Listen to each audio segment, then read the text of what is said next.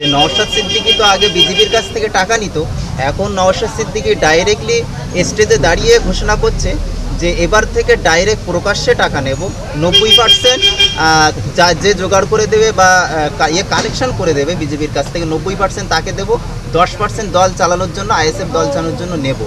Directly বলছেন স্টেজে। এমন ধরনের টিএমসিরা বিভিন্ন কর্মীদের বাড়ি গিয়ে বোঝাচ্ছে এবং সেখানে মানুষ বুঝে যাচ্ছে। এই বিষয়ে আপনি কি বলবেন? বললো মানুষ বুঝে যাচ্ছে। নওশাদ সিদ্দিকী বলে যে যারা বলছেন বিজেপির থেকে টাকা নিয়েছে, শুধু দেখান কত টাকা নিয়েছে। যদি দেখাতে পারে সোর্সটা, তাহলে 90% দিয়ে দেবো তাকে।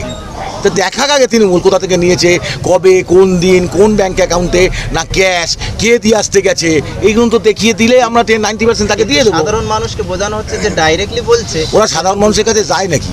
ওরা আগে ঠিক করুক, সাধারণ মানুষের কাছে গিয়ে থ্রেট করছে কেন? থ্রেট করে কেন? এত কিছু বলার দরকার কি বলেন তো ওদের? ওরা তো উন্নয়নে ভাসিয়ে দিয়েছে রাজ্যটাকে, এইসব বলতে হচ্ছে কেন? নওশাদ ভাই কে আইএসএফ ভালো করে বুঝবেন। ওদেরকে আপনারা প্রশ্ন করুন, দাদা আপনারা তো ঘরে বসে জিতবেন। দিদি তো বলেছে 2 লক্ষ ভোটে জিতবেন কাকলি ঘোষ।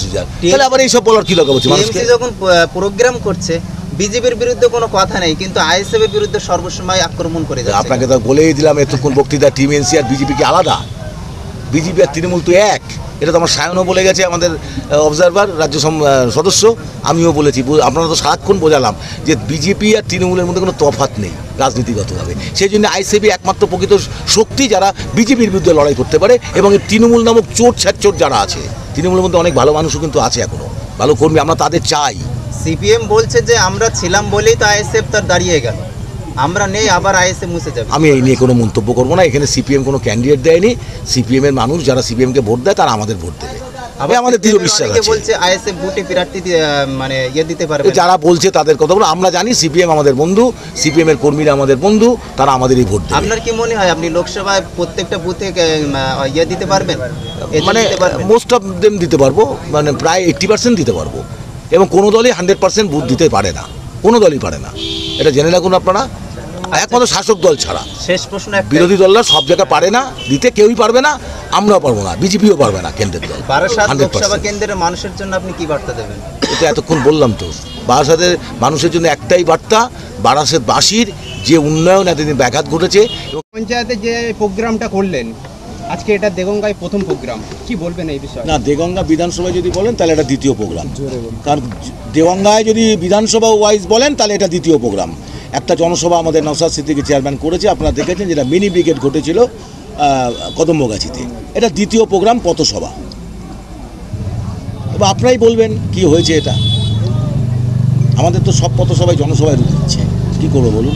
নুরনগর পঞ্চায়েতের একটা মেম্বার টিএমসিতে যোগদান করেছিল, তথা যে এই যে বারাসাত লোকসভার এমপির হাত ধরে যোগদান করেছিল, 1 ঘন্টার মধ্যে আবার আইএসএফে যোগদান, কি বলবেন? তার আগে আপনাকে বলি, গত বিধানসভা নির্বাচনে 21 সালে ওই এখানকার যে কাকলিদি কোথায় গেছিলেন, ত্রিপুরা, মেঘালয়, গোয়া, সব জায়গায় ক্যান্ডিডেট দিয়েছিলেন। তো সেই সমস্ত মেম্বারগুলো যা জিতেছে, তারা তো সেই যেদিনকে জিতেছে তার পরের দিনই তো বিজেপিতে চলে গেছে, জানেন তো সেটা? ওটাও তো বলবেন। আর একটা পঞ্চায়েতের মেম্বার, সে কোথায় গিয়েছে না গিয়েছে, আবার কাকলিদি তাকে তো এখন অনেক দিনকেই নেওয়ার চেষ্টা করছে, বিভিন্নভাবে ভয় ভীতি দেখিয়ে আমাদের মেম্বারদের বিভিন্ন জায়গায় জয়েন করানোর চেষ্টা করছে। কিন্তু সেই ভয় ভীতিতে নুরনগরের কর্মীদের সাহারা পেয়েছে, উনি ফিরে এসেছেন 1 ঘন্টার মধ্যে। অনেক ধরনের প্রলোভন, কিছু মানুষের ব্যবসা বাণিজ্য থাকে, তাকে চাপ দেওয়া হয়, এটা কেড়ে দেবো, এইসব অনেক কিছু চলছে। কি হয়েছে আমি জানি না, তবে এইটুকু দেখেছি যে নুরনগরের আমাদের সংগঠন অনেক শক্তিশালী, সংগঠনের প্রতি ওই মেম্বারের আস্থা আছে, তার কর্মীদের প্রতি আস্থা আছে, উনি তাই চলে এসেছেন। হয়তো ভুল করেছিলেন 1 ঘন্টার মধ্যে। সুতরাং এটা হচ্ছে পাস্ট কেস, এ নিয়ে আর আলোচনার জায়গা নেই। ওটা কাকলিদেরই মুখ পুড়েছে, আইএসএফের মুখ পুড়েনি। আইএসএফের মুখ উজ্জ্বল হয়েছে।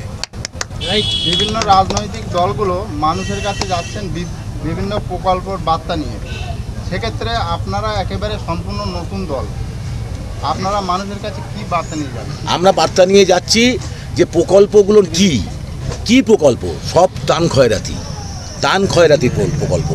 আমরা বলি সরকারি পয়সাটাকে সত্যিকারের ক্রিয়েটিভ কাজে লাগানো হোক, যার দ্বারা মানুষের হাতে পয়সা পৌঁছাবে। দেখুন, করোনার সময় অভিজিৎ বন্দ্যোপাধ্যায় বলেছিলেন যে ওদের হাতে তখন পয়সা দরকার, তার মানে লক্ষ্মীর ভাণ্ডার করতে বলেনি। কিন্তু যখন করোনা কেটে গেছে, তখন সে পয়সাটা কীভাবে আসবে, তার সোর্স অফ ইনকাম। কিন্তু আরও দিকটা দাবি করতে চাই আমরা, যে আজকে মানুষের আয়ের সাথে ব্যয়ের যে ফারাকটা কি আপনারা খেয়াল করছেন? আয়ের সাথে ব্যয়, আমরা বলতে যাচ্ছি মানুষের দ্রব্যমূল্য বৃদ্ধি তুমি কমাও, জিনিসের দাম কমাও এবং কৃষকদের যে সহায়ক মূল্য দাও। কৃষকরা তার ফসলের দাম পাচ্ছে না, খেয়ে যাচ্ছে ফোরেরা খেয়ে যাচ্ছে। কৃষকরা বাজার থেকে গিয়ে তেলটা যখন কিনছে, যে দামে কিনছে, কৃষকরা যে ফসলটা তার যে সমতালে যে নাম পয়সাটা সেটা কিন্তু পাচ্ছে না। আমরা দেশের কাছে বলতে চাই যে মিনিমাম সহায়ক প্রাইস দিতে হবে কৃষকের ফসল মূল্য, জিনিসপত্রের দাম কমাতে হবে। যার হাত আছে তার কাজ নেই, যার কাজ আছে তার ভাত নেই, এই অবস্থার অবসান করতে হবে। সেটা শুধুমাত্র ভাতা দিয়ে সম্ভব নয়। আর রাষ্ট্রের হাতে যে অধিকারগুলো আছে সেগুলো অক্ষত রাখতে হবে। তুমি রাষ্ট্রীয় শিল্পকে বেচে দিচ্ছ, তুমি রাষ্ট্রের স্বাস্থ্যকে বেচে দিচ্ছ, শিক্ষাকে বেচে দিচ্ছ, তার বিনিময়ে ইলেকট্রাল বন্ডের টাকা নিচ্ছ। আর সামনে দাঁড়িয়ে তুমি বলছো 500 বছর বাদ मैं রামকে লে আয়া। উনি 500 বছর বাদ ধরে খুঁজে রামকে আনতে পেরেছেন। আর 3 বছরের মধ্যে আমাদের ব্যাংকের যে সমস্ত টাকা আত্মসাৎ করেছে যে সমস্ত নরেন্দ্র মোদীর ভাই বোনেরা, তাদের কিন্তু বিদেশ থেকে আজও আনতে পারলেন না। কিছু বুঝতে পারছেন আসলে কি চাইছেন? আসলে সামনে ধর্ম, পিছনে অর্থ করি খেয়ে পার করো, একটা বিশেষ শ্রেণীকে হাতে উজাড় করে দাও। আমরা চাই যে তুমি 80 কোটি ফ্রি রেশন দিতে হবে না, 80 কোটি মানুষের হাতে কাজ দাও, সে যাতে মিনিমাম ওয়েজটা পায় সরকারি ঘোষিত, এবং সে মিনিমাম ওয়েজ প্রাইসটাকেও কিন্তু আমরা বাড়াতে চাইছি। যে আজ অবধি মিনিমাম ওয়েজ যে জায়গায় রেখেছে তার সাথে মার্কেট প্রাইসটা কিন্তু অনেক ডিফার করছে। তো মিনিমাম ওয়েজ যদি 277 টাকা হয়, এই 277 টাকা নিয়ে আজকে 5 জনের সংসার চলে না। অথচ সরকারি কর্মচারীরা ঠিক মতন দিয়ে পেয়ে যাচ্ছে, ডিআর অ্যালাউন্স, যদিও রাজ্য সরকার দিচ্ছে না, কিন্তু অন্য সরকারি জায়গার সাথে যারা সরকারি কর্মচারীরা তারা বাঁচবে কী করে? তাহলে হয় জিনিসের দাম কমাও, আর নয় তুমি তার হাতে আয়ের ব্যবস্থা করো যাতে সে পণ্যটা কিনতে পারে বাজার থেকে। এটাও আমাদের মূল স্লোগান। আমাদের কুণাল ঘোষকে প্রত্যেক পদ থেকে তাকে বাদ দিয়ে দেওয়া হয়েছে, কিন্তু সে বলছে যে পদে না থাকলেও পথে আছি। কি বলবেন এই বিষয়ে? কুণাল ঘোষকে নিয়ে আলোচনা করা মানে বৃথা। এইসব কেন করতে যাচ্ছেন? দেখেন, আমাদের আলোয় আমরা অন্যকে আলোকিত করতে চাই না। আমার খুব স্পষ্ট ট্যান্ড। সায়নী ঘোষ বলছে যে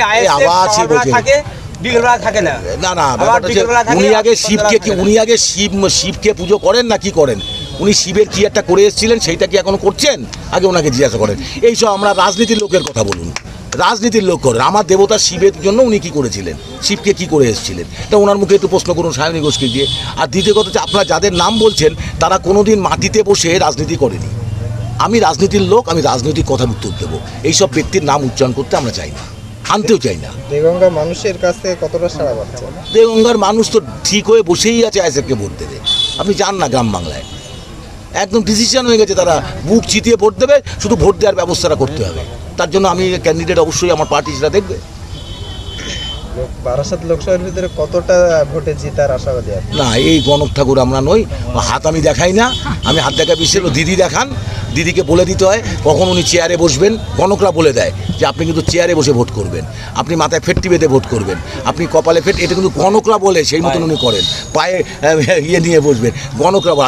আমরা আমাদের পার্টি জ্যোতিষপতির শাস্ত্রে বিশ্বাসী না, এটা আমরা এসব বলতে পারবো না। মানুষ ভোট দিলে জিতবো, মানুষকে বোঝানোর চেষ্টা করছি কেন আমাদের ভোট দেবেন। নুননগর পঞ্চায়েত থেকে মানুষদেরকে আসতে বাধা দেওয়া হয়েছে শাসক দলের পক্ষ থেকে, কি বলবেন কর্মীদেরকে? আজকের মিটিংয়ে দেখে কি মনে হলো বাধা উপেক্ষা করে তারা আসেনি? এই যে কর্মীটিকে মেরে দিয়েছে, যে আমার পাশে বসে আছে যে ভাইটা, ও কী করে এসছে? ওর বাড়িতে তো আজকেই সকালে থ্রেট করে এসছে, কুপাবে বলেছে। এটা দেখান বেশি করে, ওকে কোপাবে, শাবল দিয়ে মেরে ফেলবে।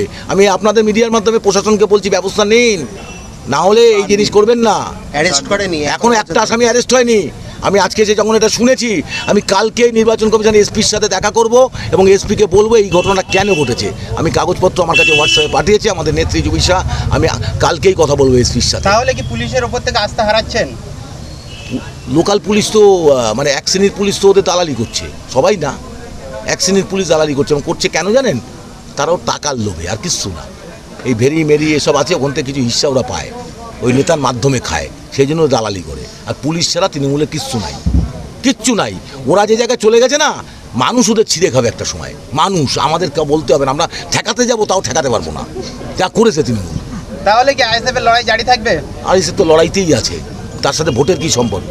ভোটে জিতলেও থাকবো, হারলেও লড়াই থাকবে। এটা আমাদের পার্টির স্ট্যান্ড, স্পষ্ট স্ট্যান্ড। সমাজ পরিবর্তন মানে কি বোঝেন আপনি? যা প্রশ্নগুলো করলেন এটা সমাজে বিরাজ করছে, তাহলে এই সমাজটাকে পাল্টাতে হবে। যে পাল্টাতে গেলে নির্বাচন একটা মাধ্যম, সেটাকে ব্যবহার করছি, কিন্তু আসল লড়াই কিন্তু রাস্তার লড়াই থেকে সরে গিয়ে শুধু নির্বাচনে লড়াই করবো, এটা আমাদের পথ।